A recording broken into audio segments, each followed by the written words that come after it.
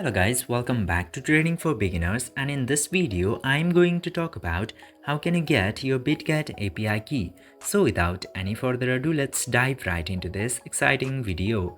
Now in order to get your Bitget API key, you just simply have to open your Bitget application at very first, and after opening the Bitget application, you just simply have to tap into this more option.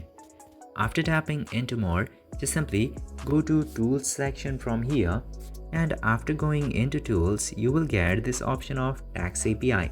Tap into tax API, and into this section you can easily see your API key in this section, or you can also copy it if you want from here.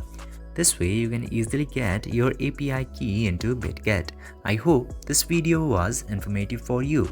If you think so, don't forget to give a thumbs up and subscribe to this channel. Thank you for watching this video.